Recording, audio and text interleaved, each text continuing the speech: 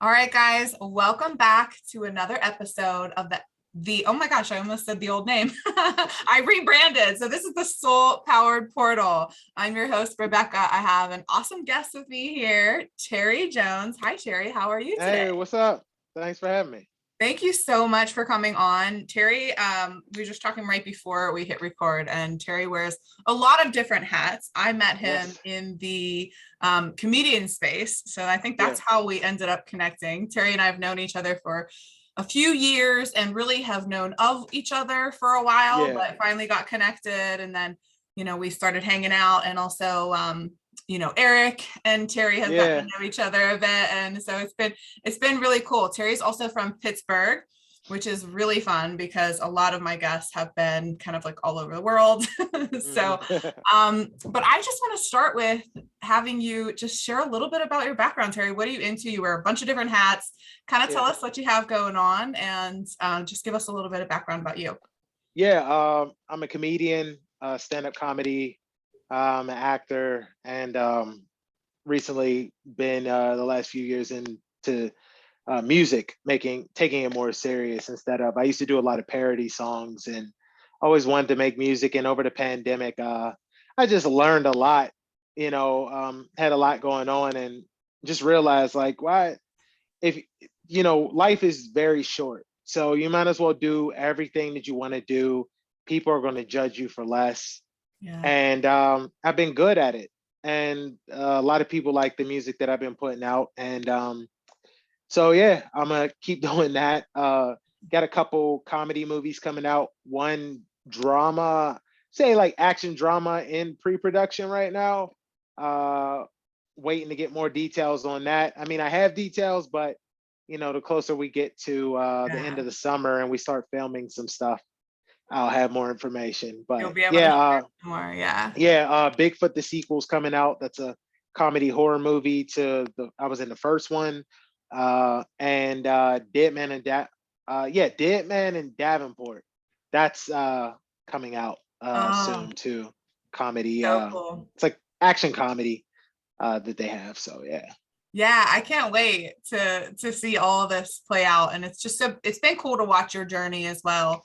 I know we've got, lots of mutual friends and some people in the industry and whatnot. And so it's just Yeah. really cool. Like when you sent me your song with Frizzy, I'm like, this is so Yeah. cool. Yeah. It is really cool to watch your journey and to see other people coming from similar backgrounds, and just doing so well. And so it's really fun. And, most of the guests for our listeners, have really been introduced to a lot of other coaches and a lot of business owners in the online space. And one thing I decided when I started to rebrand and come back was really that, this whole concept of like living a soul powered life and living like hmm according to your purpose. Yeah. I think that, so often we want to like put this into a box, meaning it has to like kind of show up a certain way. But I hmm really wanted to begin to bring on guests who are really just cool people who are like living Yeah. their purpose and able to share it. And I just think that there's a lot of lessons to be learned when you step hmm into your purpose. So I'd love to like kind of hear a little bit about your journey and sort of what even brought you into the entertainment space. Like, when did you start doing comedy? How did you know that was like where you wanted to go? Can you give us a little bit of background there? Yeah. So I was 18 when I first started stand-up comedy. Um, I always knew I wanted to do it as a kid. Uh, don't know why, but I just always felt drawn to it. But that's more so a spiritual, it's like a spiritual magnet, more so to say. I do believe that some of us have like specific callings. I mean, we all do, but there are specific callings that some of us have to do certain things. Not everyone can do what you can do, and not everyone can do what I can do, right? And you're called to it. So when I was a teenager, I was going through some depression issues, but I mean, back then I didn't know what it was. When you're young and you don't know, especially in the Black community, we weren't really big on mental health. I didn't know what was wrong. I was just sad all the time. Yeah. But my dad bought this box set of Richard Pryor's all his albums on the CDs, and I would listen to them all the time. I burned them on one of those old MP3 CD players, and um, I listened to every single one and every joke every night. That and NERD's In Search Of. Those were like the two things that like helped me feel special. And I just knew I wanted to do it. And 18, a friend of mine dared me to do it. He said, "You always talk about it. You're always driving past this comedy club when we go to the movies. Like, stop. Like, I dare you to just do it." So I stopped. I talked to somebody one day at the door. They gave me information on the open mic. But in Pittsburgh, you got to be 18. Some other cities, you could be like 16, 17. But a lot of venues don't even let you in. So I was a teenager doing stand up in these clubs. And a lot of times, like, they'd be like, "Yo, if the fire marshal or the cops come in here, you're the dishwasher." Like, and that was like something I had to deal with because from 18 to like what 20 until I was 21, I couldn't really be in these venues I was performing in unless it was the comedy clubs. So yeah, it's been a journey, and I always watched stand-up comedy and would like look at all these people on TV, and it was just wild to think that like the little boy that I was manifested a lot of the things that have and are currently happening in my life. Yeah. From like the people I've worked with, like from opening for these people, being in the same room with these people, Damon Wayans, John Witherspoon, rest in peace to him. These are people I like watched as a kid and thought they were hilarious, wanted to be like them, Eddie Griffin, Sinbad. For me, I remember working with Sinbad. So I'll tell the story real quick. When I was a kid, I was like 10, and my dad brought me like, no, I was probably like 8 actually, 8 or 9. My dad brought me all these movies, and they were Sinbad movies. It was like House Guest and First Kid on VHS. He brings them in the house, and I'm watching these movies, right, and laughing because I loved Sinbad as a kid because he was like a clean comic. Um, a lot of black families will watch his HBO specials that had like all the funk artists like Earth, Wind and Fire and Temptation. Like he would throw these big extravagant events that a lot of black people didn't have as far as like live concerts on television. And he paid them all out of pocket, first of all, with Wow. like credit cards, he said. And he'd make the money back from HBO and the concert sales and stuff. Well, I got a Rottweiler puppy, and I named him Sinbad from watching all the Sinbad movies. And this is just to let you know how manifestation works. Yeah. And my dad works at Little Shoes, which is a legendary shoe store, and a lot of like famous people come in there, like Smokey Robinson, Mike Tomlin, like different Steelers coaches. Mr. Rogers used to buy shoes off my dad. Like, you Wow. know, so Sinbad was filming House Guest, which is one of the movies that he brought home to me in Pittsburgh. Comes in, buys shoes off my dad. Okay, keep in mind, I'm like at this point 7. This Wow. is this is before these movies like came out. They were filming it. Okay, yeah, I was in 3rd grade. So I'll never forget this. Jokes, whatever. My dad's like, "Oh, Sinbad came in and he signed his board and all this stuff." So fast forward many, many years later, as an adult, I get to work with him at the casino. And, thousands of people in the crowd. My family's coming out. There are people I know buying tickets because they're excited. It's Sinbad. They can see me with Sinbad and like, this big event and everything. And um, so he comes in and we're in the back talking, and I was featuring for him. So there was like a comic that was a friend of ours that did a guest set, another comic who emceed, and then it was me right before Sinbad. Well, I'm talking to him. I'm like, "Yeah, man, I just gotta say," I was like, "My dad brought like all these movies home, and I had a dog that I named after your Rottweiler." And he's laughing. He's like, "Yo, that's funny." I was like, "No, like seriously." And I was like, "My dad sold shoes to you when I was a kid." He's like, "Hey, man, I remember your dad," because he has like a photographic memory. Goes, "Oh Wow. man, crazy, right?" He's like, "I remember your dad, man." He's like, "Because there's only a few places I could buy shoes because of my shoe size." that has specific shoes that I like. Said the spot where your dad works and this other place in Detroit. Okay. Go on stage, do my set, goes well, crowd, boom, come off. He's like, hey man, wait for a second. I'm gonna bring you back up. Right, like before I go on, or like right when I go on. So he brings us up, he's joking with us back and forth. I know better than to roast back and forth with him or whatever. And he goes, hey man, where's your dad at? Where's he at? My dad stands up, right? He's like closer to the front. Like over here, right? See like thousands of people. And he goes, hey man, I remember you, man. You sold me them shoes. You was a real good shoe salesman. Said you put your kids through college. He said you could have been a drug dealer, but no, you was a shoe salesman. Oh And my God. he goes, you were such a good shoe salesman. You told me that the shoes I bought would expand, and they never expanded, and I still bought them.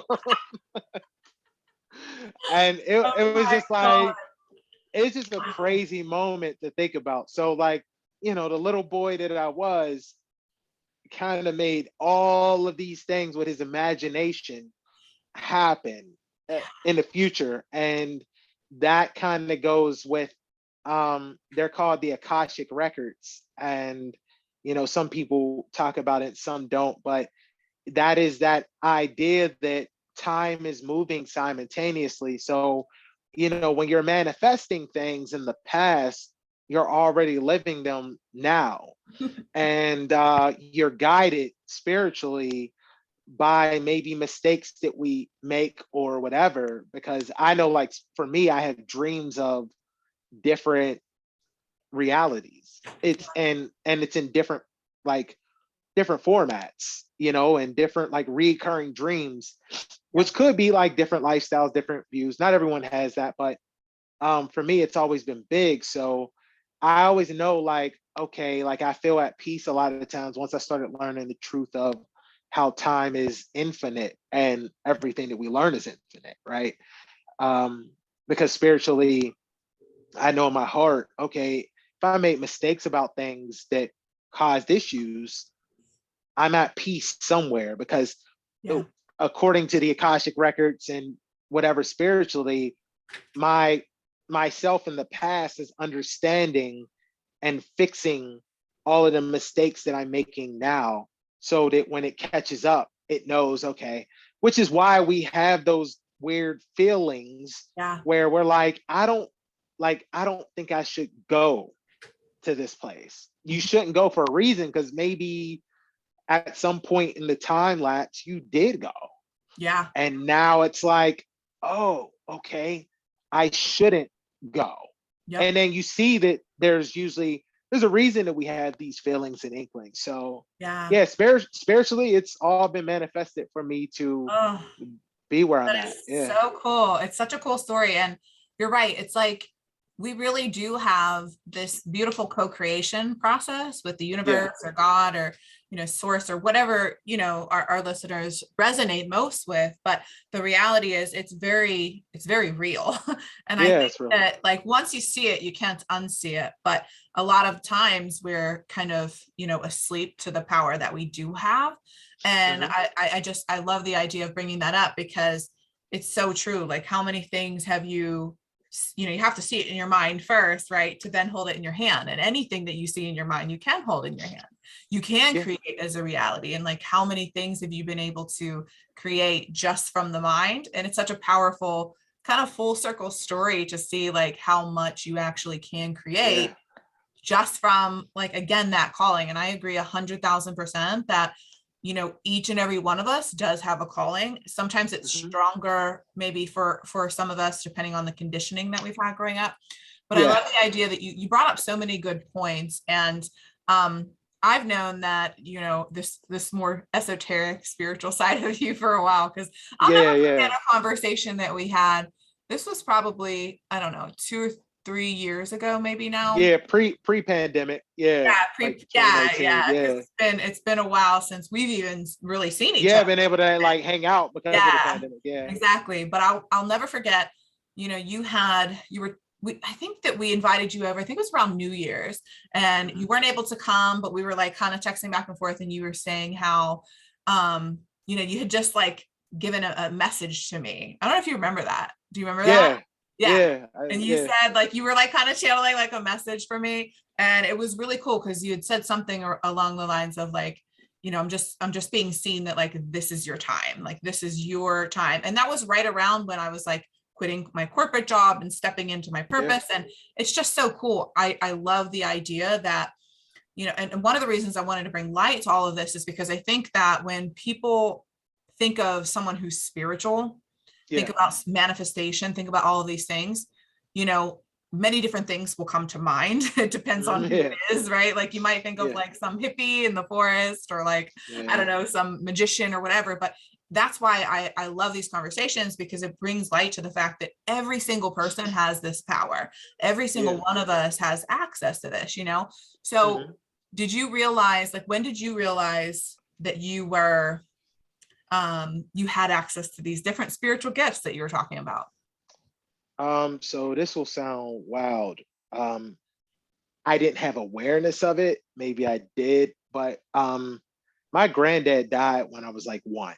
So my one grandfather, my dad's on my dad's side, my grandpap Jones, and I didn't get a chance to know him or meet him, but there's tendencies that I have of his genetically, Yeah. and probably just spiritually because he's by me, he's with me, very close. And I was the baby, so they said he would always have me outside, and he would like let me sip coffee at like one, and like just he used to tie me up to the door handle of the like on my grandma's porch in Garfield, which for listeners that aren't from Pittsburgh, it's now a different area, but um, it was like there were these steps, and it's known for like having houses that are like a little bit higher up, but there were a ton of steps, and he would tie me in my walker onto the door, and I would walk towards the steps, and people would be driving by freaking out,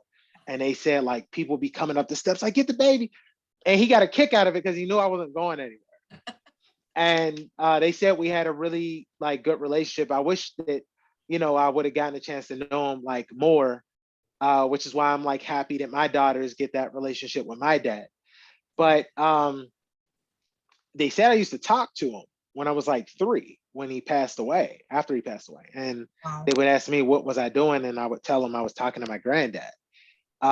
Which my daughter has like a lot of like, she's very intuitive spiritually as well. My oldest daughter, my youngest probably will be soon, but she's 4. She's going to be turning 5. So she's not really aware of it like my oldest daughter is. But I guess like I've always had this like gift, but I used to call it my Batman skills, right? Or my or my spider sense, being the nerd that I am. And Yeah.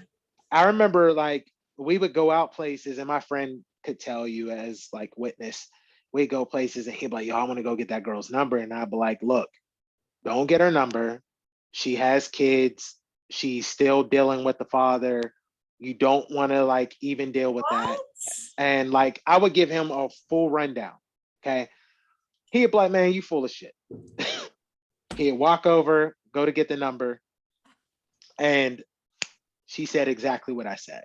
Oh my He's God. like, bruh, how do you do that? And I said, I don't know. But I've always been able to pick up on things like about people, and I've always been like an empath with things, right? And I think really within the last few years, like after I was able, like I had got out of like, a rough space with my kid's mother. And after that, I was like kind of like free to do different things that I haven't because I was always in like long-term relationships. And I guess I just needed some time like to find myself and find my spirit. And I really started really getting in tune to it and being guided. And when I was on radio, there were these mediums, the angel ladies, and they would always talk to me. When they would see me, they'd freak out like your energy, you have these lights all around you, all these angels are around you. And I just started really believing into that. Like religion is a good foundation centerpiece, but there's so much more. And you shouldn't be afraid to have an open mind and learn more. Yeah. And I was always raised Christian, and Christians are very strict about Christianity. And I just knew, like, okay. And around that time when we were hanging out a lot, like you, me, and Eric, and we would always talk and things, which, by the way, thank you guys, because you guys were really good friends in a time when I like really needed people. Oh, So I'm very thankful for that and appreciative. But yeah, it was around that time I really dug into it. And then I just kept wow. digging deeper. And um, I had like issues with it, like another relationship. And then it was like, all right, now is time for me to just focus on me. Like I just need to focus on myself and my children. Yeah. Um, and from there, I just started realizing, like, yo, you have like special gifts. Yeah. And just being around people that were more open-minded and more open spiritually and learning and digging deeper. Don't be afraid to dig deep, but just make sure you have the right sources and the right guides, because there's so much BS on the internet, man. Like, this bullshit will have you thinking 90,000 other things, where in reality, it doesn't even have to be that. You know what I mean? Like, it's 100%. deeper. It's deeper than that. And just a lot of mediums, they gravitated towards me, and they were like being told to talk to me. And then, like, I started realizing and learning that a lot of my spiritual guides were not just ancestors and family members, but even like, I started getting messages through numbers. And Yep. um, the thing is, not everyone knows how to interpret the numbers, nor do they know how to see them or how to manage the numbers around for the messages. Yeah. And as I got better at it, I started understanding. So I'm always like randomly saying thank you throughout the day anytime I get the message. But yeah, it's I just love more that. so, yeah, like probably within the last like few years and over the pandemic, I really had a huge spiritual awakening, because I had a lot of mental health issues, and I know you had questions about that, so I'll save that for whatever you Yeah. have to ask next. No, but I love that because you bring light to something that I feel like so many people had nowhere else to go but inward in these last few Yeah, years. And I yeah, feel like this just great awakening started. Like they say 2020 was the year of perfect vision. And I seriously believe that, like wholeheartedly. I just feel like so many more people are awake to what's going on, to their yeah. own power, to all of these things. And you bring up a really good point too, because I was raised in a very religious home as well. And Mhm. I think that, that's the one thing that I've really been called to talk more about is how like I'm really tired of like the boxes, like being put into the boxes just because, Yeah, you are spiritual doesn't mean that you can't, like believe in other things, right? Like yeah. why do I have to fit into this specific box? Why do I have to be this specific way? Mhm. And I agree with you where I just was so drawn to looking into these other things for so long, but I ignored them and I was fearful and like, Mhm. and so just for those of you who are listening who really have similar, upbringings or whatever the case may be, it might be, again, just starting to explore because I really started to wonder, well, if these gifts are inside of me, how could they be bad? Like, how could they be Yeah. wrong? No, How could seriously. they Yeah. be like, this is me. Like Yeah. I'm not I'm not bad. I'm not doing, I think it's a lot of the intention behind it. Like, I'm not doing anything to be, to be some negative. I'm not trying to do anything crazy. I'm literally just going inward. And I love that you bring that up because yeah, you're right. And it's crazy the amount of power that we have when we start to really explore it. Yeah. So would you say that that's really where that started for those who really haven't accessed like this power yet? Was it over the last couple of years? And like, what really, was it just more, what made you decide to like, maybe stop fearing it and really start like leaning into it? Was there like something specific or was it just like, you just Yeah. really kind of went in? Um, yeah, there's a lot to unpack there because it's a couple things. But yeah, like you said, 2020 was the awakening for the chosen, I say, those who were chosen to open up spiritually, because there are some people that are still hurting. Oh, It was a devastating, fearful, rough time yeah. for everybody. And I know I was freaking out because, I have real little kids. I don't have like kids that can fend for themselves if something happened. So, for me, I wasn't afraid of the virus per se. I was just afraid of like people, Yeah. because fear destroys people. Fear puts a lot of things into people. I'll also say this, and then I'll go back to that as well, because you brought up a good point about religion. People don't interpret religion properly. There are people who manipulate religion to control us, not to help us. Yeah. And you learn that when you start finding missing pieces of the Bible and you read them and you go, this sounds a lot like what they're saying over in Asia and what they're saying up here and down there. Like, everything all has its connectivity to Yeah. the same source of God. Yeah. And the thing with spirituality, like even in the Bible, oh, okay, mediums are talking to demons and da da da. Okay, let's talk about something. How are these people prophets in the Bible? And Yeah. speaking of the future, and the only difference is they wasn't called mediums, they were called prophets. You can't Actually, tell. never And thought of it that way. That's really funny. it's like people Hello. like, people are wild. They pick and choose everything. So We do. like, I've gone to churches where they have people that they call prophets, and the people are the same as mediums that I know. I don't knock them, because you can't tell somebody genetically. I can be connected to somebody that was a prophet. They don't know. Eddie Murphy did a DNA test, or one of his kids did, and they found out they're descendants of King Ramses III. Like, you can't tell me that I might not be connected to something deeper. My blood is Rh negative, which Rh negative they say is connected to things that have nothing to do with apes, or no genetic makeup that's continued to that. But I have the tendencies, and I have a specific blood type that is rare.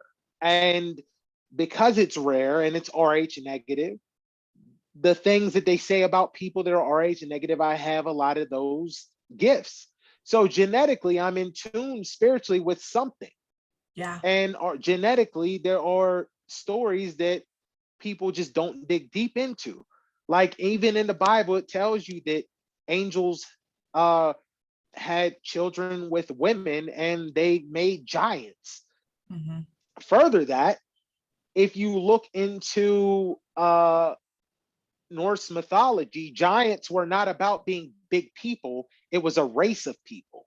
Mm-hmm. So you go deeper into that, and then you Yeah. go into, you know, you can just keep digging deeper and deeper, and you'll find the same stories. And it's not because religion isn't to be understood, it's just spiritually, there is a lot to unpack. And you just have to find what's good for you, because having an open mind is the most powerful thing that you can have, being a free thinker. Especially like for me as a black man, everybody had like growing up this idea of what black is and what you got to be black, and you can't do this, you can't do that. And anyone that knows me will tell you I'm very unapologetically black, and I'm very proud of it. But I don't let any other judgment of black people or anything tell me what I can and can't do, because if I did that, I wouldn't be here, and I wouldn't be able to live the life that I'm living now, and things like that. The other thing that also put me big into spirituality is that, like, growing up, I know I talked about it in the article, I had like a family member that really, really did some damage to me as a kid, like a lot of damage. And because she did so much damage to me, it created PTSD that messed me up as an adult. And relationships that I was getting in with women I didn't realize how much damage it was doing. Nor did I know about like mental health, nor do I feel like I was, looked at properly as far as like how my mental health goes and etc. But it messed me up a lot, and I had no idea what was messing me up from that abuse. And so like getting in relationships with women, if I get in an argument and they start yelling, I freak out or I freeze up. I had a ex, her and her sister were yelling at each other, and I was in the kitchen and it was so loud, and the things they were saying were so hurtful to each other. I freaked out and I couldn't move from the stove. I was cooking something. I literally could, and it was slow cooking. So I could have left and came back in like 30 minutes. I could not even move, yo. Mm. And I started realizing that a lot of the damage that was done to me, I hated myself. And I was also bullied as a kid. And because I had so much self-hatred, it fed into my anxiety, my depression, Yeah. my body dysmorphia. And I was searching for people to love me because I felt like the little boy that I was, even though he manifested all these great things in the future, Yeah. was also a little boy who was being hurt very badly. Yeah. And I felt like nobody was there to help me. Like it hurt. Yeah. So because of that, I kept getting in relationships with people, and I don't want to like make it seem like these people are just complete horrible people. We are all damaged and we all have our things that we have to work on. But they didn't have like a lot of love themselves too. And I was like expecting them, like I had this idea in my head that love is that you feed each other Mm. like an infinity symbol, right? Yeah. I didn't know that it's you need to have your source of power, they Yeah. need to have their source of power, and if I become the negative battery, yeah, you got to be the positive, but not to the point where you're draining yourself where you can't go on anymore. Yeah. And I was running myself dry, trying to appease people, trying to appease partners. Like, I missed out on a lot of career opportunities trying to appease partners. Even though I'm blessed that I have all the opportunities that I have in the resume I have and all these cool accolades, Yeah. there were more that I turned down because I was like, oh well, whatever. I'm doing it for love. Um, because I had so much self-hatred for myself, I kept looking for somebody to love me Mhm. the way that I couldn't love myself. Yeah. And it wasn't happening. And I was expecting these partners, I got to say this, it was unfair of me from being so damaged Yeah. to expect somebody to save me and be what I couldn't be for myself. Yeah. That is a dangerous thing to ask a partner to do because it doesn't mean that any changes will ever happen for you. Yeah. And I was asking them to do so much, but also giving so much of myself while not getting what I needed in return. Or if I was getting what I needed in return, sometimes it wasn't in a fair way and Mhm. it was in a painful way. And the big spiritual awakening was I kept having incidents that kept, because I don't want to incriminate anyone. I kept having incidents where there was enough harm being done to me Mhm. that was like physical harm that it was taking me back to the little boy that was being hurt. Yeah. And because of that, I was like, oh man, I need more, I need more, I need more, I need more. And I had my spiritual awakening because of my children. Yeah. And for listeners, I know I mentioned them a couple times. I have two little girls uh, that I love dearly. They're the loves of my life. And I had to start realizing that I they are the love that I've been looking for my whole life. It's not about love is not, and I want to say this, to say love is not what we think it is.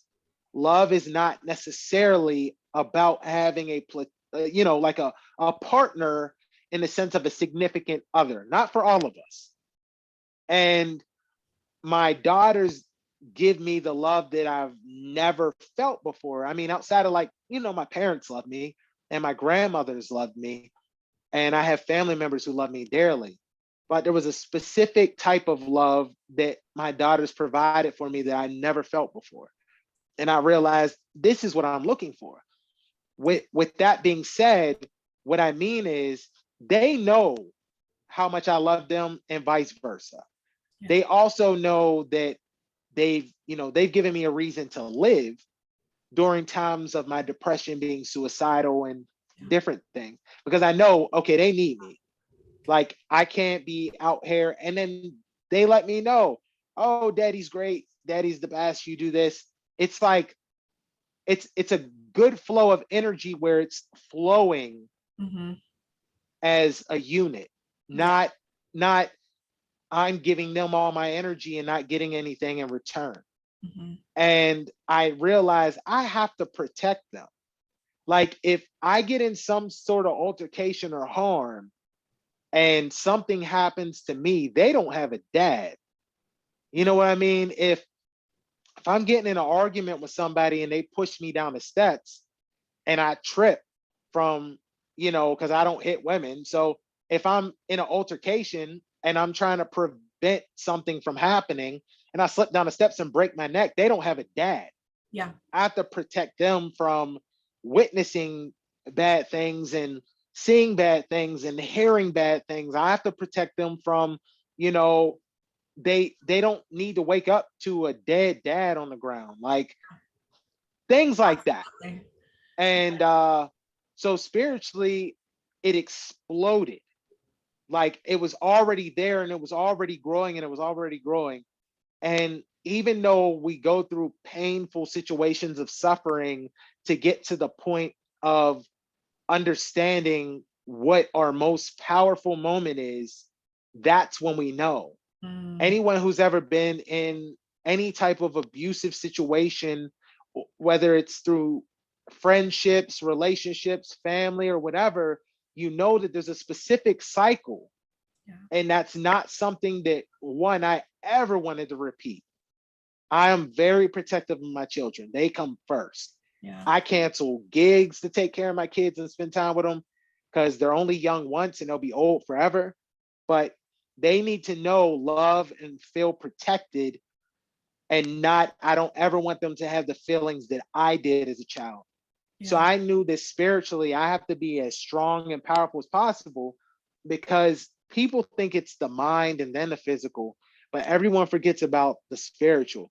The spiritual is more important than any of the other two. If Mm. your spirit's not good, your mind isn't good. You are never going to have the mind more powerful than the spirit. Even these people, because Yeah. your ego takes over. Yeah. And the ego is the evil that we try to avoid. We've all messed up in our life because of ego. We've all had mistakes because of ego. We've all sabotaged things because of ego. Once I learned the truth of killing my ego and dying and then resurrecting into what I spiritually need to be, a lot of shit doesn't matter to me anymore. Mm. All that matters is that I love my family, my children, my parents. I had a lot of family members pass away over the last 6, 7 months. I think it's been 7 family members now, Wow. 7, 8. It was like 4 in 1 month.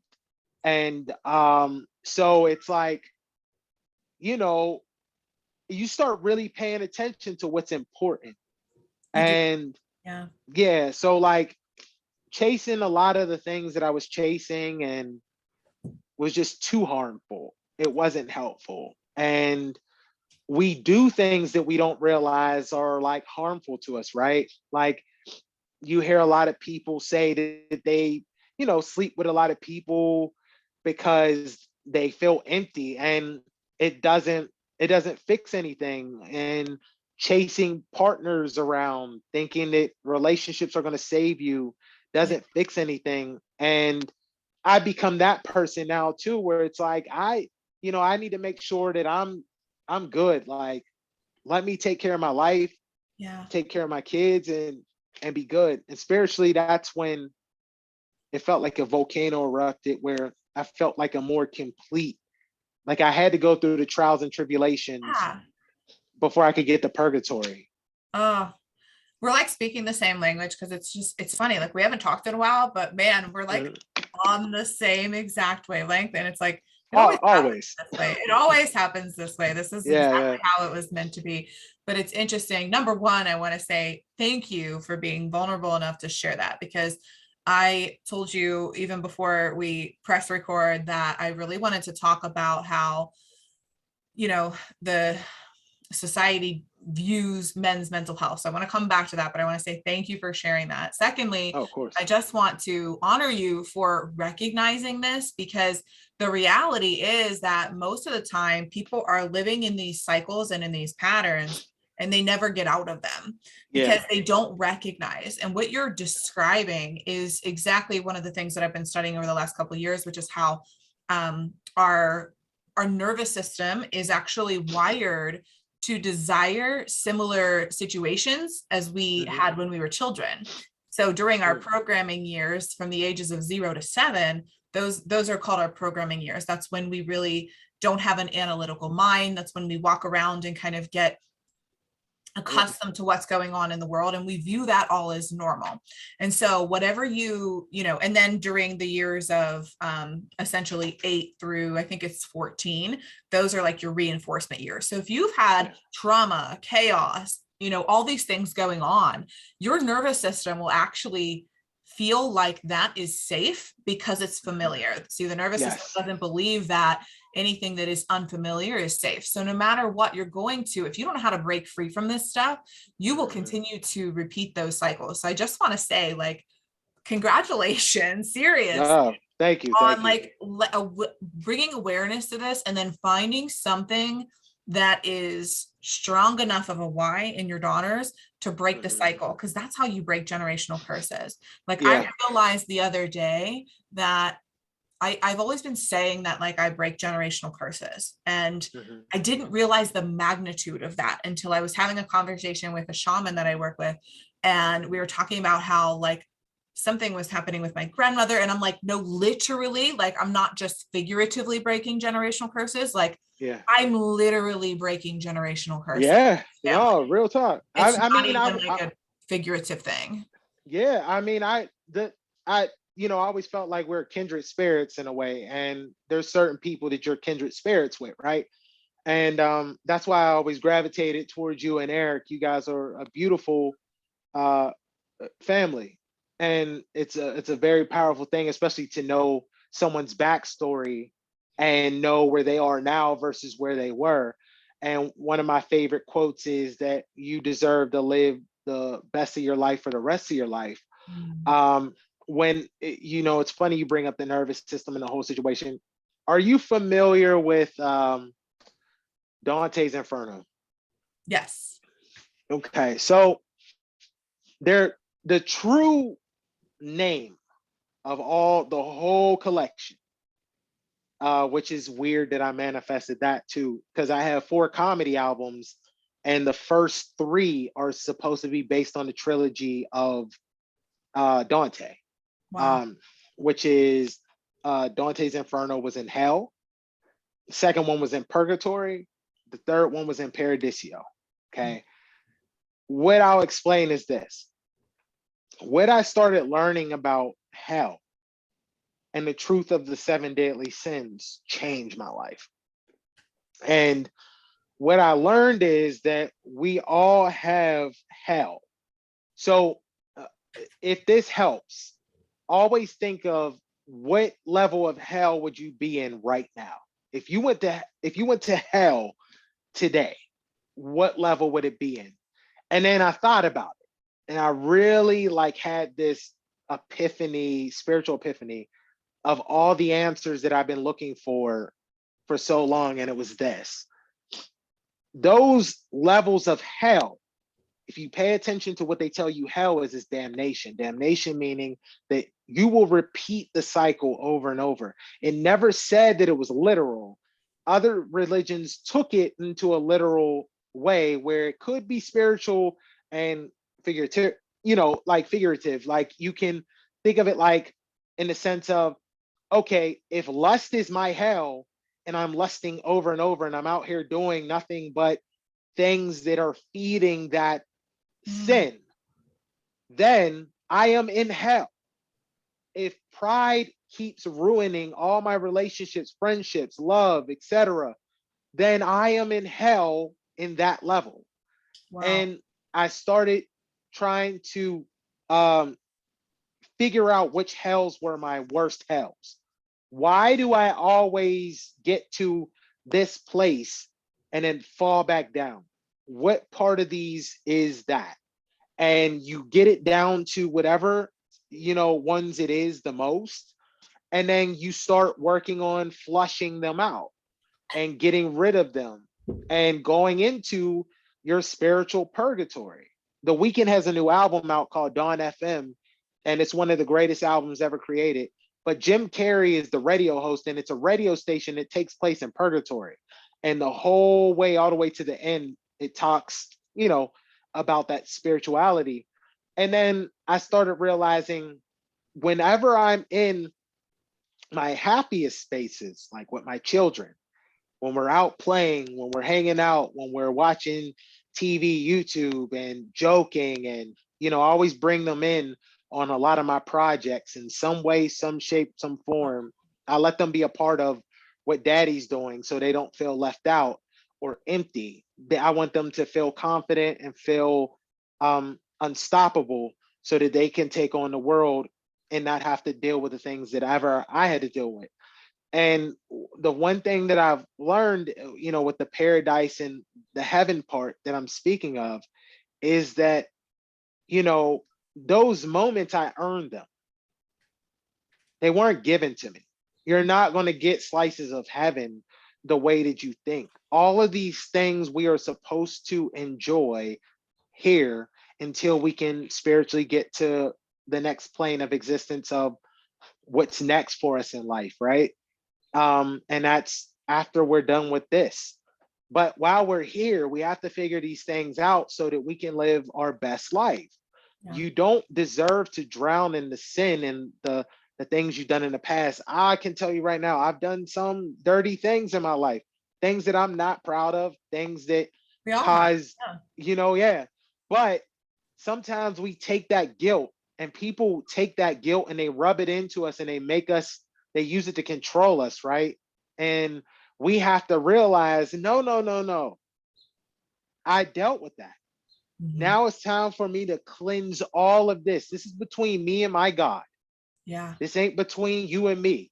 Yeah. You are a person. If we can't connect no more, then deuces. I need to spiritually cleanse myself so that I can enjoy my life because I deserve it. Not everyone needs to be judged by their past. Yeah. We have a right to. And that was the other thing. My past was hell. I was feeding into that. And some of the hell I was pushed into, right? Yep. And the ego is that of the devil. It's not this person that's sitting there with a pitchfork waiting for me to come into its flaming abyss. I am already in hell. So how do I break out of it? I actually, I think you bring up a lot of really good points. And I've really kind of tried to decipher a lot of this on my own as well. And I do think that, sometimes we have to go through these, my shaman calls it the void. So you're calling it like purgatory, but she calls it like the void. Shadow work? Is that what she calls? There's a lot. Is that what she calls shadow work? It's the period of time that you're in. Like, so it sounds like it would be similar to what you're referencing as the purgatory. Yeah. But it's like this, the way that, and I just went through this. So I was just in like a 6-month long void. And like, I almost look at it like a caterpillar when it goes into the cocoon. Absolutely. And it's literally like in the dark. And it's like, definitely like, if you could imagine like what the caterpillar is actually going through in that period of time. It's probably dark, scary, like painful, like their body's literally like changing. It doesn't know Yeah. it's dying. It doesn't know how long it's going to be there. Like it's this just void. You literally don't know like up from down, right from left. And sometimes that's what you have to go through in order to become the butterfly. And then when you come out, it's like, again, now you can fly. Now things are different. And it's like you have this new perspective of life. And I really do feel like that is not everyone goes through that in their lifetime, but those of us who are called to step into that, man, like the beauty that can be on the other side of that. Like you said, it's like but you have to surrender and you have to be able to step into it. And I want to go back to like you were talking about the different, like the spiritual, you were talking about like the physical, the mental. One of the things that I've been talking a lot about lately inside of like some of my programs and developing a couple podcast episodes specifically on this is something, the concept of the 4 bodies. And so, like you said, everyone kind of thinks we're at this physical lane or plane, but it really starts with the spiritual. So we have the spiritual body, we have the mental body, we have the emotional body, and then we have the physical body. So there really are 4 bodies. And this is where, like you said, it's not when we can access that spiritual, the spiritual is the one where we get the inspired action, we get the intuitive hits, and then it kind of comes down to each of the different bodies. And unless you know how to navigate that stuff through nervous system work, through trauma, through shadow work, all of that different stuff, because all that trauma is like stored in the emotional and the mental bodies, so you can't manifest the things that your higher self is trying to bring to you unless you clear out those other bodies. So sometimes that does take us going into a spiritual awakening and letting go of these old identities that are no longer serving us to be able to step into that next calling. So I love that you bring up those points, because I think you're absolutely right. And I want to go back to the mental health thing, because I really feel like, I know a lot of listeners are women. I tend to attract a lot of women. I know there are some men here. Of course. Of course. Yeah. But I want to just touch a little bit on the men's mental health, because I really feel like, number one, society doesn't talk enough about this. We've seen enough people who seemingly had everything all together and commit suicide, right? And you hear these stories and, you just see it so often. And then it's like, wow, what happened there?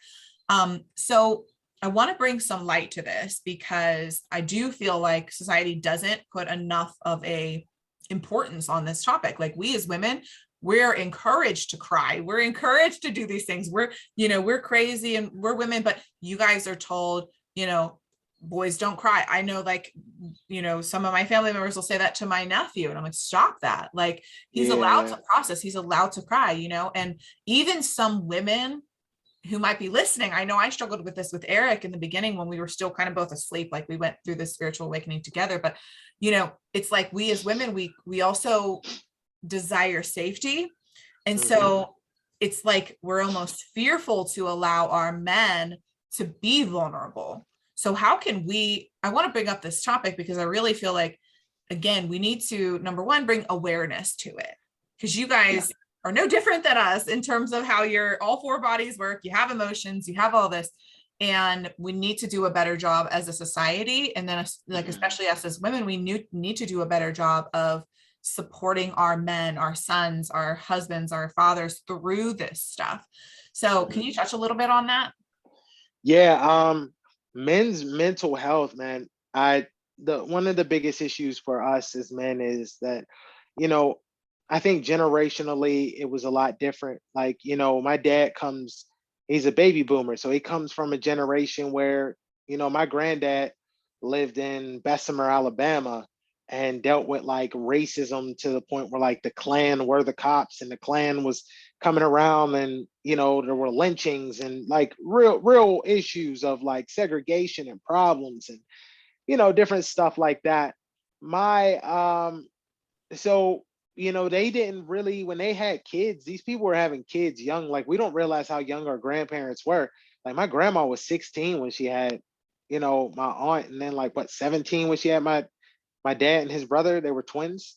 So think about that. Like a kid is raising kids Yeah. and having more kids to just keep raising kids and never really enjoying their lives and things like that. And the men are taught to just go provide and keep food on the table and pay the bills and work and be tough and be man and be tough and do this. And I don't really got to hug my kids. All I got to do is, like it's a very toxic feeling of in background. You're taught to be macho, macho, macho. And then by the time we were born, the kids within, I mean, Generation X had it really bad because they're just getting the runoff of what just happened to the baby boomers, etc.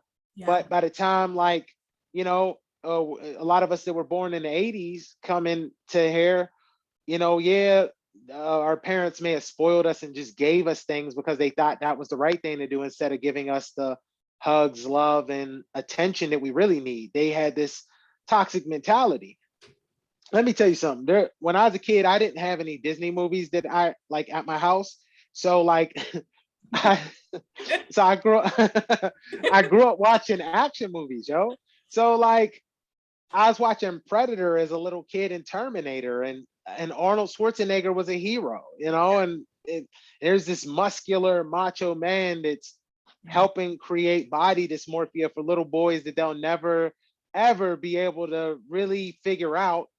Yeah. And when I broke down Predator to somebody, me and a friend of mine broke it down, and we said it's the most toxic masculine movie ever created. It's the most hyper masculine, and no movie is more hyper masculine than a Predator. And I'll tell you why.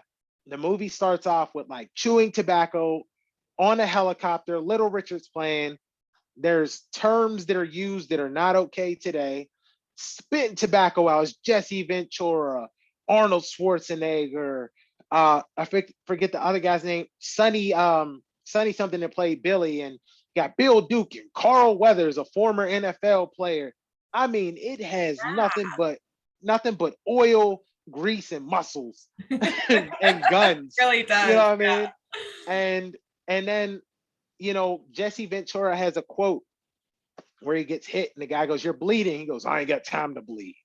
And every single person's death was because of their ego as a man. That's how hyper masculine the movie is. Wow. And I don't even think they meant to do that on purpose. I just think it's how every person that died went off on their own and did some hyper masculine shit without the help of others, except for the one person that survived, which was Arnold Schwarzenegger, because he kept trying to like work as a team, except for the one time he was like, "I'll sacrifice myself so y'all can go, but go." But everyone else was all, "I'm macho. I got to get revenge. I got to." We grew up with that. We grew up with He-Man, G.I. Joe, WWE. We grew up with Stone Cold stuttering people, drinking beers, The Rock saying derogatory things about women. Like, our environment was not taught of a nurturing environment like women with baby dolls and different things. We're given Nerf guns, water guns, football. Go out there, be a man, be tough, be the best athlete you can, be strong, be this. No one ever prepared us for things, especially like relationships and how that hurts and how to handle heartbreak. Richard Pryor had a joke where he said men can't handle heartbreak. He said men go out, he said women cry, but men, we go out and get hit by trucks. And what he meant by that is like we're just so sad, just moping around and the truck comes. Like, these are things that like I never knew how to handle relationships with women. Keep in mind, I already had the bad issues that I was dealing with as a kid. Now I'm going into these things where like I'm shutting down. Yeah. I'm just, okay, you're upset with me. Let me buy you a bag. You're upset with me. Let me send you an edible arrangement. Let me go buy all these roses. Money, money, money, money, money. Not financially doing smart things with the money where we should be working together to save and create all these things. Instead, I'm like, "Oh, I got it. Let me do this. Let me do this. I got enough." Everything was teaching us to lead with ego. Nothing ever taught young men how to lead with love. Mm. And because of that, we emotionally have been damaged for so long, and society has put so many stigmas on us as men. Men die younger, men overwork themselves to death, men don't retire until certain ages. Men, you know, and I drive myself crazy because like I'm like, I'm not at a place yet where my parents can just, I could be like, yo, let me take care of y'all. Yeah. I'm working so hard. I'm driving myself insane. I'm draining myself because I got two little girls to take care of. And my goal is to take care of my family and to get big enough and famous enough to where I make so many opportunities to build financial wealth for my family, like the Wayans did, and hiring family. Like, but I've also driven myself so crazy, even trying to take care of past partners and do the right thing and drain myself, because that's what I was taught. I was taught to provide, provide, provide. I'm gonna tell you, I haven't been on a actual vacation for myself in whew, years. If the vacation don't got shit to do with work, if I'm not being booked at a resort or a casino or out of the country, I'm not doing it for myself, which is terrible. But I'm driving myself so insane because I'm taught this is what I got to do. This is what I got to do. This is what I got to do. This is what I got to do. And I learned, a friend of mine, she works on spirituality and mental health. And she taught me that a lot of the reason that we do this is because, you know, we're afraid of being poor. So Mhm. we really will drive ourselves insane to stay afloat instead of, you know, lowering things down to match our tone. Yeah. Well, oh, I got to work harder because I got more to pay for. Mhm. And I remember Kevin Hart, you know, he lost his mom, and Kevin Hart was saying that he grew up poor and they just lived in that one studio apartment together. Yeah. And he drives himself. He was like, I just can't stop. I don't know when to stop. And he's the hardest working dude in Hollywood. And you know, this is bad for us men. And then, you know, the problem is that we're taught that you guys want money, not necessarily in a gold digging way, but you want a man to provide for you. This is what we're taught. I'm not, Yeah. ladies, I'm not No. saying this is you, Yeah. but what I'm saying is we are taught that this is all y'all want. I can tell you right now, there's certain women that I never shot my shot at off strength of being like, oh, I'm not financially on their level. Mm, Meaning, like, I'm talking like celebrity women and women of higher status that I know make way more than me.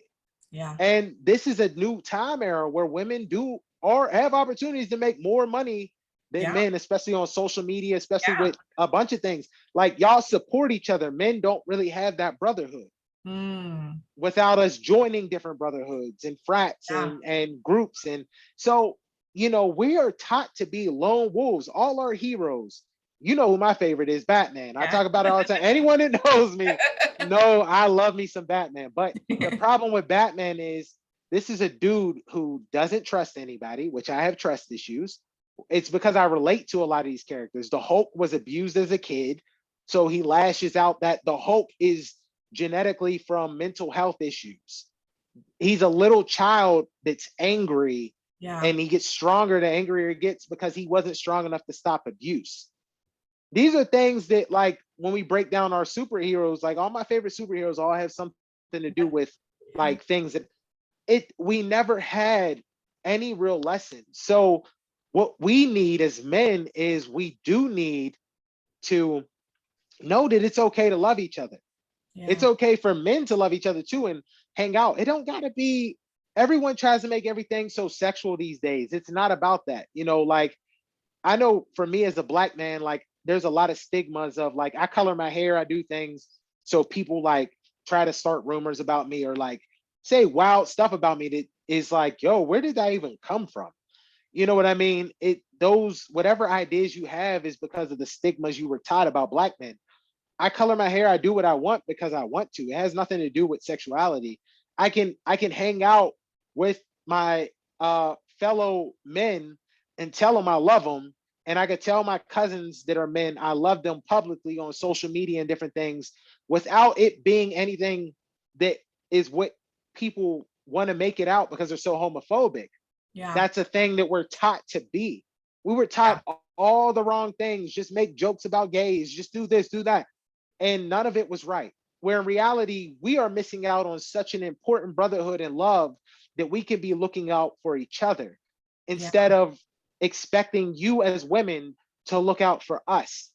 Now, what I also will say is that because we're taught all these toxic things, because we're not taught the right things, we drive ourselves insane thinking that we have to do so much for y'all. But in reality, sometimes, and it's just really just getting partners. And I know for like Black men, especially, it's rough because we're always thinking that like everything within the Black community is about money. And that's a whole nother thing. But, our music, you got these rappers throwing money, Gucci, Louis, blah, Yeah. blah, blah, all this stuff.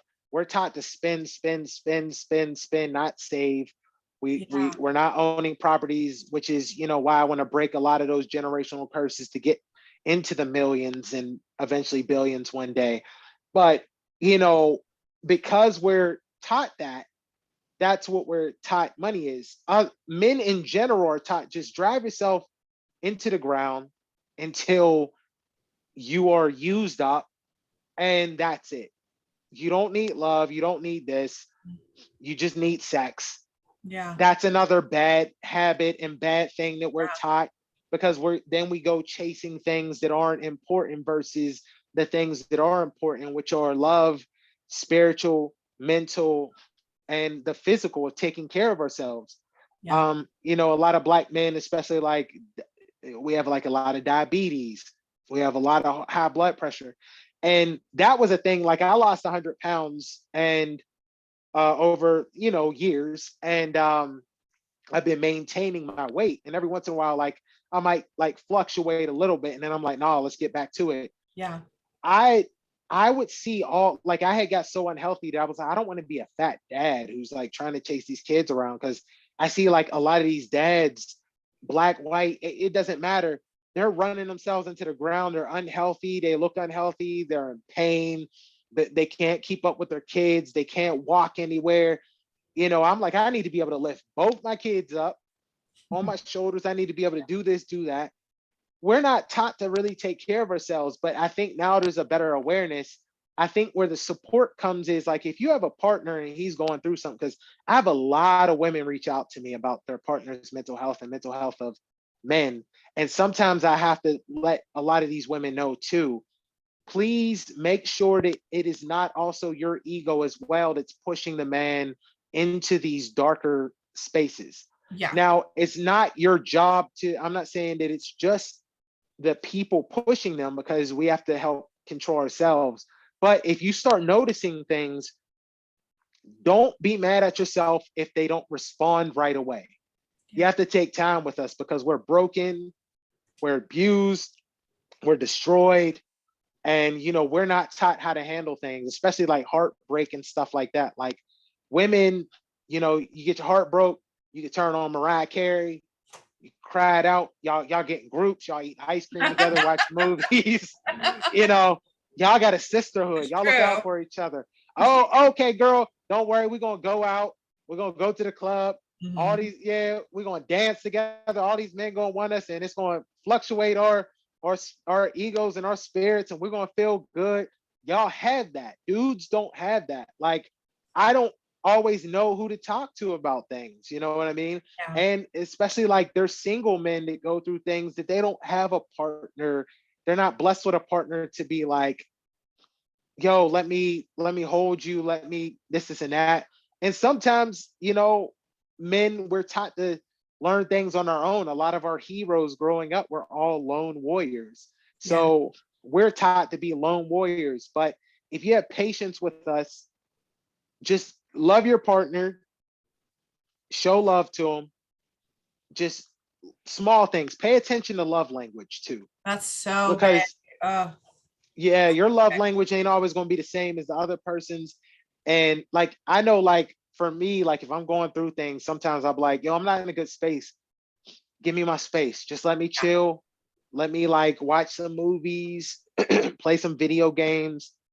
Just let me do me just Yeah. for a second, and then I'll get back to you. Yeah. So sometimes we need space, but it's really just support, love, support, teach each other. I think we all come from like some broken areas where we weren't taught love properly. So here we are. Let's love each other. Let's learn it. Let's figure it out.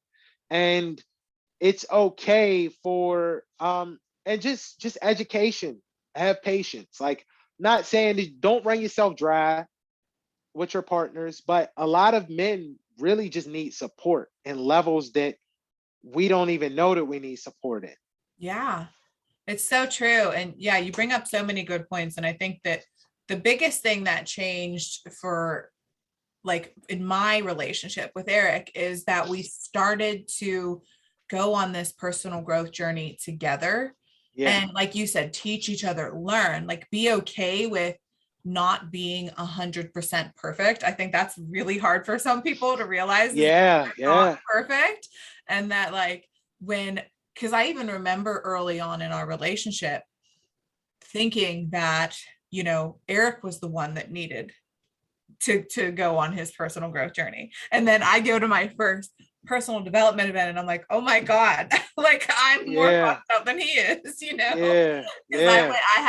I had a very chaotic upbringing. So I think it's Yeah. just it's so important to recognize that it's okay not to be perfect. And Hmm. I believe that other people are our mirrors because Hmm. we cannot Yeah. see ourselves. We can't see our blind spots. Did you ever look at someone and be like, if he or she would just stop doing that in their life, like their life would be transformed. It's easy for Absolutely. us to pick out other people's blind spots. It's incredibly Hmm. difficult for us to pick out our own, which is why I believe that mirrors exist, Yeah. literal mirrors.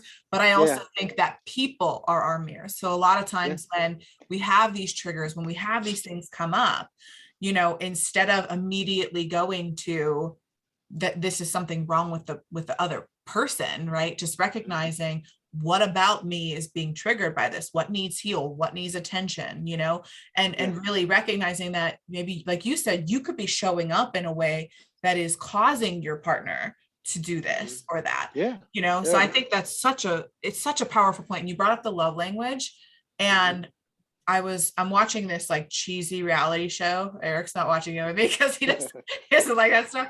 But I was like having a hard time sleeping. So I was watching this and I we've just grown so much in our relationship that I was watching these couples and I could immediately pick out why they were struggling because the one, you know, the guy wanted the girl to tell him that, you know, give him words of affirmation, which is a Yes. love language. And Yes. she was like, well, that's not my style. And he didn't say the words like, this is my love language. But he's like, why can't you just tell me that you love me? Why can't you just reassure me? And she's like, well, that's just not my style. You know, I don't want to. And I'm like, I'm literally watching this, like, that's his love language, you idiot. Like, not idiot, but you Yeah. know what I mean? And just like, learn these things because Hmm. communication is genuinely like the number one thing in a relationship. And when, you know, I'm not speaking your language, it's not going to work. So learn how to communicate, learn how to speak each other's language, and Yeah. learn that, you know, it's okay, like you said, to allow your, like, I think just accepting yourself and your partner as who they are, not going into something with like, I'm going to change this person. Like that's Yeah. the You. worst Yeah. idea Yeah. in We the can't. world. Yeah, we can't change anybody, and that was a hard thing for me too to realize about a lot of my past partners is that, I love them. And one of the like a couple of the hardest things for me to understand, especially like, love languages are different. Like I was really battered. So when I like, if something happens to me, I kind of like shut down and go away, right? Like a puppy. Like, you know how dogs, like they love you, but if you like ignore them and start treating them a certain way, they don't really want to be bothered. Like they kind of just go off. So, there were a lot of times where like I would have like I'd be ready to fix things and a partner wouldn't, and then vice versa. And you kind of have to meet in the in between. Yeah. And one of the things that I was learning about, like, just like you were saying with the love language, is that I will say this: men, we love to be loved Mm, because we don't get it enough.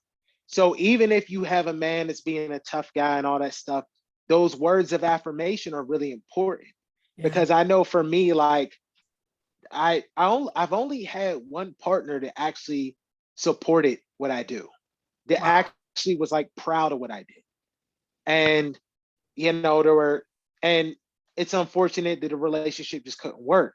But the thing is that um, in the past, I didn't get the affirmations I needed. So it drove me crazy and fed my ego into like spiraling Yeah. into bad things. Like, for example, I'm like, yo, okay, I'm gonna be on national TV. And the person's like, no, I don't believe you. I don't believe this is gonna happen because I'm a realist and things like that. And you need to be more realistic. And boom, it happened because they sent me the email, they casted, they told me that, like, what is it that you're not understanding? And then, you just go into these things where like I would have these accomplishments, but never have a partner proud enough to really express like how proud they were of me or even tell me. And it was like, how am I knocking out these accomplishments that nobody around me is? Like, I don't know too many people with the things that are happening. And I was driving myself insane. It was feeding my ego and I was doing, and then, you don't, one thing I've learned about like love in general, and this, I mean, friendships, you can have heartbreaking friendships too, because there's specific love languages within friends. And, those are really rough. Then I think they're more rough than relationships because, you put a specific type of trust and love into a friend that's a little different than your Yeah. partner. So when it ends, it's like it hurts. But um I will say you never want to push your partner away into the direction of someone else Yeah. ever. And I know people feel uncomfortable about talking about these things with cheating and different things. And let me say this too. Never push your partner away to the point where you push them into the hands of someone else, because there's always flies linger around shit all the time. And there are Yeah. flies waiting to land on your shit. And you have to, for every time you're not giving a compliment or letting your partner know how much you love them, someone is. And I'm gonna tell you ladies something different, that's different about us than you guys. Since you were little, males have always been attracted to you. Since we're little boys, since forever. You go to the grocery store, you get hit on. You go to the bank, you get hit on. You walk down the street in some sweatpants with your hair tied up, and there's guys catcalling and doing things. And yeah, it's not right, but there's constant attention that women will always get. I don't care if you think you're not attractive enough, if you think you're too big, trust me, somebody likes it. Yeah. Okay. Yeah. Now, for men, it's not the same. Men don't get that attention all the time. Every once in a while, you get somebody that's handsome enough to where they get a lot of attention.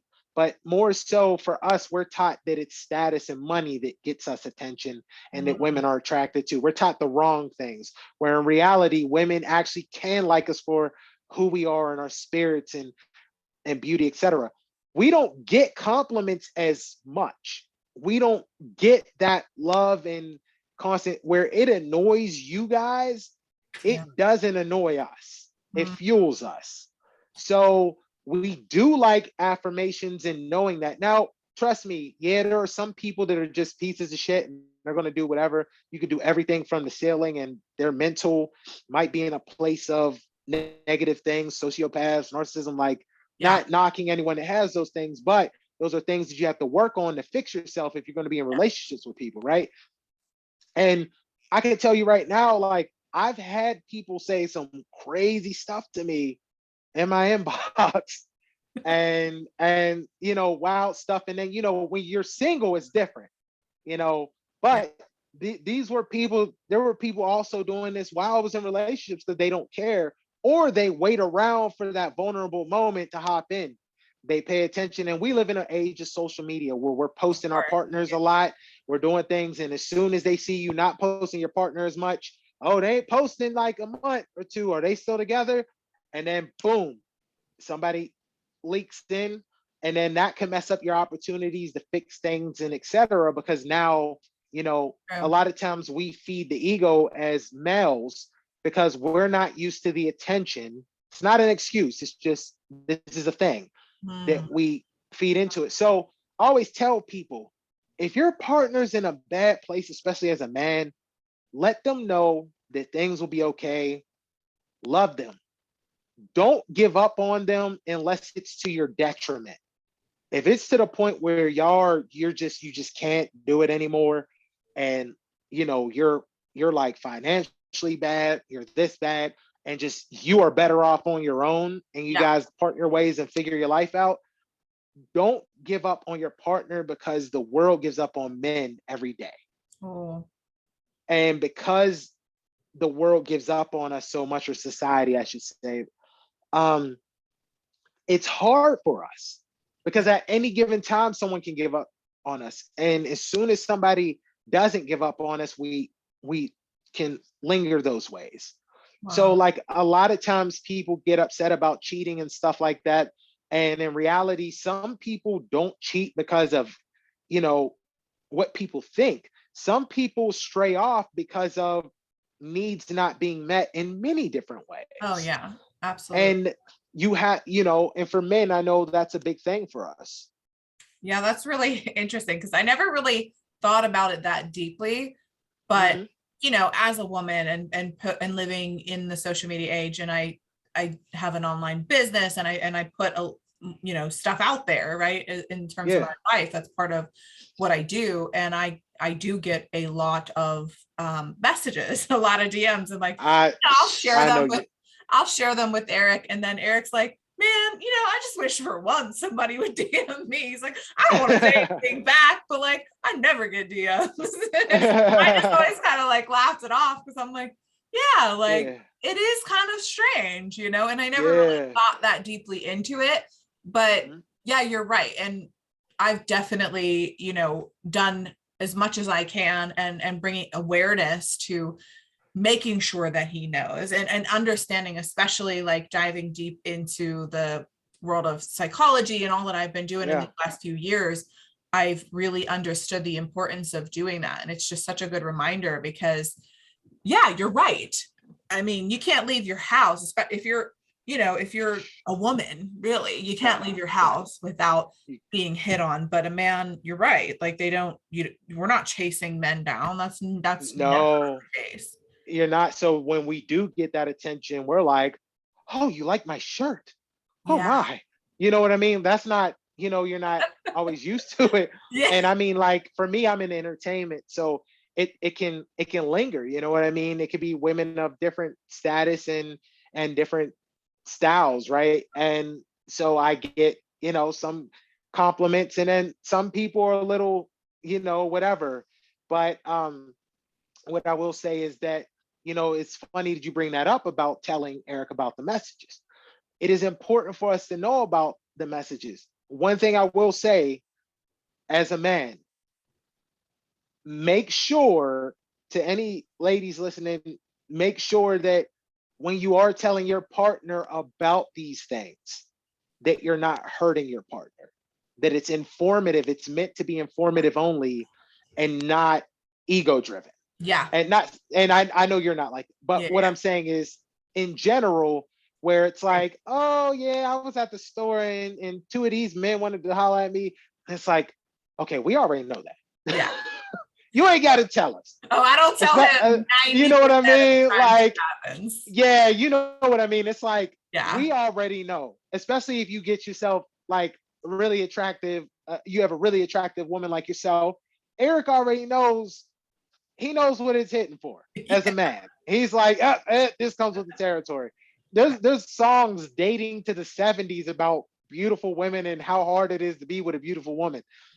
We know. And I've always gotten really attractive women. So like, we get it. We already know. You ain't gotta tell us. If it ain't interfering with anything, cool. But there are times where maybe in the relationship, a partner feels like her man isn't paying her attention enough, and then she may kind of say these things, and it kind of rubs off in a way of, oh, I'm letting you know that I have options, and that's never a good It's idea. so toxic. Yeah. It's such a bad idea to do, because there's a lot of options that men won't say, because we know how the reaction will be. Because see, we know what happens. Women know how women think. Mhm. So if a woman knows that another woman stepping on her territory, there's specific ways that you guys instantly tell us, she ain't just trying to be your friend. She ain't just trying to hang out. She ain't trying to be this. And then we're all dumb, like, oh, because that's what, you know what I mean? We're not used to it. But as it's always good to be informative and not just Yes. not rub it in, because especially if a man's going through bad things already, where maybe he's insecure about something, Yeah. or really insecure, like, and I know like it happens with women too. You know, if a man's like, oh man, look at Beyonce, look at Sierra, look at Christina Aguilera, you could be like, oh well, I don't look like them. You know what I mean? Yeah. And I know that can Yeah. be pressure on women, because there's a specific pressure on standards of how a woman should look, and it causes issues. But believe it or not, men have those issues too. Like, some Yeah. people might not think about it, which is why like a lot of men will overcompensate for things, right? If Mm. they don't have things that they feel uh are, strong enough for what a woman needs, then the only thing they can feed is ego, Yeah. which is why you may have certain men who may not even be up to par in their looks or whatever, their Yeah. whatever, and then they're just so ego driven because they're insecure. Our insecurities are completely different, but we also have them too. So have that patience, because that those insecurities lead into our mental health. Yeah. Maybe we're not financially ready enough. Maybe we don't feel like we look good enough anymore. Maybe we're starting to feel a certain way. You know, maybe I'm like, oh man, look at The Rock. The Rock's up there with his Yeah. abs and his oil and his muscles, and here I am. I don't look like that. No matter how hard I'm working in the gym, I'm not looking like that. But what a lot of people don't know, just like these beauty standards for women, these men are getting surgery too. Yeah, they are. These guys are getting pec implants, lipo, calf implants, Yeah. muscle implants. They're getting Botox. They're doing all these different things too. And we just have to remember that the true balance of love is to know, is Yeah. just to have patience, empathy and patience. If you have empathy and patience, everything will work out. And you got to work together. Just like how you can show Eric those messages and he don't get mad at you, saying, "Oh it's you, it's you Yeah. doing this," because you that flips sometimes. Yeah. He's laughing about it, and he knows what comes with the territory, but he knows how much you love him, Right. and he knows how much he loves you, and Yeah. he knows ain't nothing going to break that bond. Right. But sometimes we get in places where our bonds can be tested, Yeah. and just have empathy, patience. Don't give up on us, ladies, or fellas too. However, Yeah. um, just don't give up on your partner, especially for males. It's really tough. Yeah. I love that. And you bring up a lot around like the toxic masculinity. Oh And yeah. there's just so much of it. And, I know that a big part of this is just finding the balance, right? Just in Mhm. life in general, we can't be so, that hard work equals success. Like all of the things that you're Yeah, describing, that's toxic masculinity.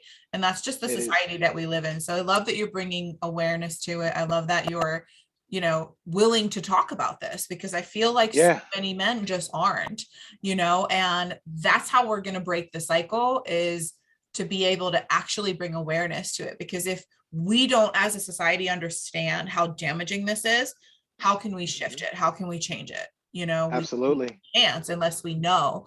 So I love that you've brought all this up, and I'm so grateful for you being here. And I definitely want to be mindful of your time as well. And I wanted to ask you though, one last question before we wrap it up. I know that you had a podcast at one point, right? So Mhm. is that, because I was going to say, if our listeners want to connect with you more deeply, I'm going to ask you where they can find you, but what is that still happening, or what's No, going no, no. Yeah, no, not doing that show anymore. that's But I've been a guest on a bunch of different podcasts. For right now, I don't feel like it's the right time. I had a vlog for a while I started. over the pandemic, and then like things just started picking up in life again. So it wasn't like lockdown anymore as much. So um, I'm gonna pick that up because I spent too much money on this vlogging camera. So I Gotta put need to it to use use. it. Yeah, my kids want to start a channel, but I Oh, have 4 comedy albums on all streaming services. I have my own Pandora radio station. If you ever want to listen, just look up Terry Jones. I have my music on there as well. A new single featuring Frizzy, Shucky Ducky, and I have other music as well. Silent Like Chaplin. This is my statement. All this music and my comedy is available on all streaming formats, whether you have Spotify, YouTube, whatever it is. You can look up Terry Jones and you can find it. Got, like I said, films coming out soon. I'll be promoting those, and just more music. I hope to have the EP done by August, September. So it'll be coming soon within this time. I'm also working hard in the gym because I have to lose at least 20 pounds for this pre-production of this film. oh, really? So, but yeah, I want to be like a specific look and shred. So working on that right now, which is, the older you get, it's not as easy as when you're younger. Yeah. But There. just don't give up, keep going. And yeah, you can look out for me. Check out um article did on Forbes that I was featured in by the great Dr. Nancy Burke. It was about the Oscars situation and just asking comedians their thoughts about it. And I was blessed to be chosen as one of the comedians to be in that article. So I'm always big on being immortalized, and um, I'm always big on being immortalized and just building a legacy so that not for myself, but more so like for my children to be able to hold on to like history of their dad and pass that down the generations. So, Oh, yep, you can look out. Add me on Instagram, T Jones yeah. POC. I'll Yeah, tag you in the show notes, and definitely check out Terry. He's awesome, as you have been able to tell in our conversation. And you're so multifaceted. You're a great dad. You're thank a you. hilarious comedian. You're super talented, dude. I'm just like so blessed to even have had you on and just know you in general. Like, I feel like we're definitely soul family at some level, and I'm Oh just, yeah, for sure. we're I feel like the universe just always lines us up with the right people at the right times, and Yeah, man, always, surrender to always. it. It's so cool. And yeah, so thank you so much for coming on, guys. Yeah, Definitely thank connect you. with him. You're gonna have some resources in the show notes to be able to do so. Definitely go hang out with Terry on IG, follow him on there, and definitely check out some of his work because he's amazing, as you can tell. So thank you again, Terry, for coming on, and we'll Thank you catch for you guys having me. in the next episode.